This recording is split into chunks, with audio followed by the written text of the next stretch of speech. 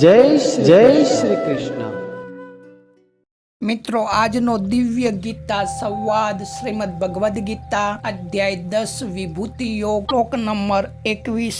આદિત્યાનામહં વિષ્ણુ જ્યોતિષા રવિરંશુમાન મરીચી મરુતામસ્મિ નક્ષત્રાણામહં શશી। અદિતિના 12 પુત્રો એટલે કે દેવોમાં વિષ્ણુ અને જ્યોતિઓમાં કિરણો વાળો સૂર્ય હું છું તથા 49 મરુતગણ એટલે વાયુદેવોનું તેજ અને નક્ષત્રોનો આધિપતિ ચંદ્રમા હું છું। ભગવાન અહીં પોતાની મુખ્ય વિભૂતિઓનું સંક્ષિપ્તમાં વર્ણન કરે છે। તો મિત્રો, ભગવાનની યોગ શક્તિ અને ભગવાનની દિવ્ય વિભૂતિઓનું શ્રવણ કરવાથી ભગવાનમાં દઢ ભક્તિ વધે છે એવું ભગવાનનું અને અર્જુનનું બંનેનું માનવું છે।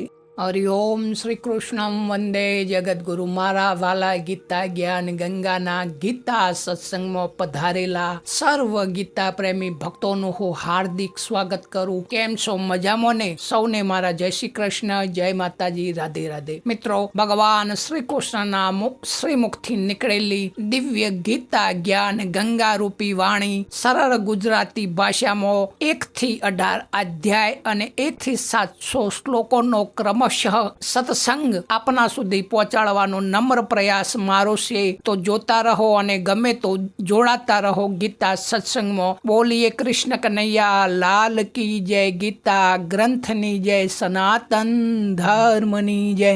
વાલા મિત્રો, ભગવાનની દિવ્ય વાણી શ્રીમદ ભગવદ ગીતા ગ્રંથ શ્રદ્ધા ભક્તિ અને આદર સહિત પૂરી એકાગ્રતાથી શ્રવણ કરીએ, કારણ કે ગીતા એક વિશ્વનો એકમાત્ર ધર્મ ગ્રંથ છે જે સર્વ માનવ માટે કલ્યાણ કરનારો છે અને તેમાં મનુષ્ય જીવનના 4 પુરુષાર્થ ધર્મ, અર્થ, કામ અને મોક્ષ તથા સંસારિક, સામાજિક અને આધ્યાત્મિક દરેક પ્રશ્નોનું 100% નિરાકરણ છે। તો મિત્રો, ઉન્નતિ ઈચ્છતા ભક્તો માટે આ ભગવાન સ્વયં કહી રહ્યા છે, એમાં પ્રમાણની કોઈ જરૂર નથી। તો પરમાત્મા સુધી પહોંચવામાં પરમાત્મા જ સ્વયં રસ્તો દેખાડે છે। તો મિત્રો, શ્રદ્ધા અને ભક્તિથી આપણે શ્રવણ કરી તે પ્રમાણે જીવન જીવવા પ્રયત્ન કરવો જોઈએ। તો આ શ્લોકમાં ભગવાન કહે છે કે આદિત્યા નામહં વિષ્ણુ જ્યોતિષા રવિરંશુમાન। તો મિત્રો, આગળના શ્લોકમાં ભગવાન કહી ગયા કે આત્મા ગુડાકેશા સર્વભૂત સ્થિતમ।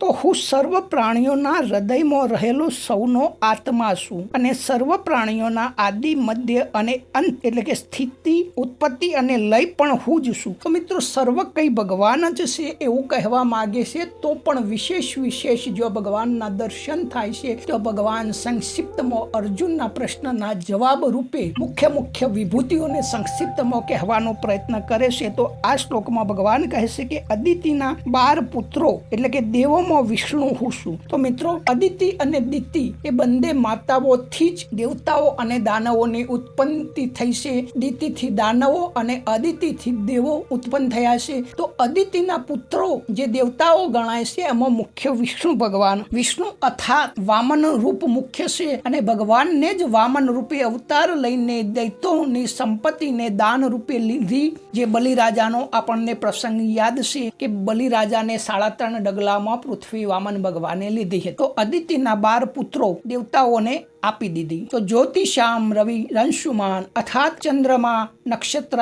તારા અને અગ્નિ વગેરે જેટલી પણ જ્યોતિઓ પ્રકાશમાન છે અર્થાત જે પ્રકાશમાન ચીજો છે તેમાંથી સૌથી વધુ કિરણો વાળો સૂર્ય છે અને સૂર્ય એ મારી વિભૂતિ છે। કેમ કે પ્રકાશ કરવામાં સૂર્ય પ્રધાન છે। સૂર્ય દ્વારા જ દરેક પ્રકાશ મેળવે છે। સૂર્યના પ્રકાશથી જ બધા પ્રકાશમાન થાય છે। મારીચી મરુતાસ્મય તો સત્યજ્યોતિ, આદિત્ય, હરિત વગેરે નામો વાળા જે 49 મરુતો છે તેમાંના મુખ્યનું તેજ હું છું અને એ તેજના પ્રભાવથી જ ઇન્દ્ર દ્વારા દિતિના ગર્ભના એટલે દિતિ દાનવોની પુત્ર માતા હતી। તો ઇન્દ્ર દ્વારા દિતિના ગર્ભના 7 ટુકડા થવા છતાં પણ એ સાતેના ફરીથી 7 એટલે 7 ગુણ્યા 7 49 ટુકડા કરવા છતાં પણ તેઓ મર્યા નહીં અને તે 1/49 ગણ થઈ ગયા, જેને મરુદ ગણો કહેવામાં આવે છે। નક્ષત્રાણામ શશી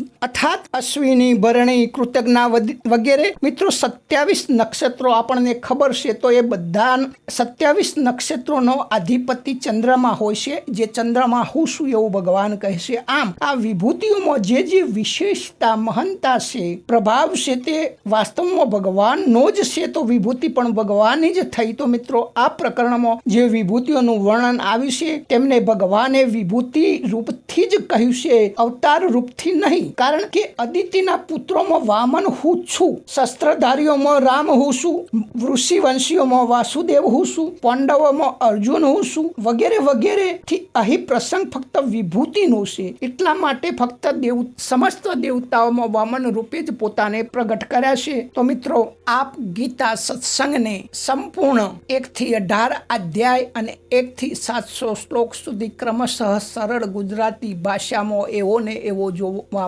માગતા હોય, સાંભળવા માગતા હોય, અને આપ ભગવદ પ્રેમી હોય, આપ જીવનનું ઉત્થાન કરવા માગતા હોય અને ભગવાનના શરણમાં થઈને ઉત્થાન કરવા માગતા હોય, તો ભગવાન પોતાના સ્વમુખથી ઉપદેશ આપી રહ્યા છે. અને અહીં ગીતાનો સર્વોત્તમ ઉપદેશ ચાલી રહ્યો છે. મને જેવી આવડે તેવી ભાષામાં હું વાત કરી રહ્યો છું. જે છે તે ભગવાનનું છે, મારા ગુરુદેવનું છે, શાસ્ત્રોનું છે. કોઈ પણ ભૂલ ચૂક થતી હોય તો મને ક્ષમા કરશો, પણ ગીતાનો સત્સંગ અમૂલ્ય છે, તેને ન છોડતા અને વધુના વધુ જોડાતા રહેશો. આગળના શ્લોકમાં ફરી મળીશું. તો સુધી સૌને મારા જય શ્રી કૃષ્ણ, જય માતાજી, રાધે રાધે.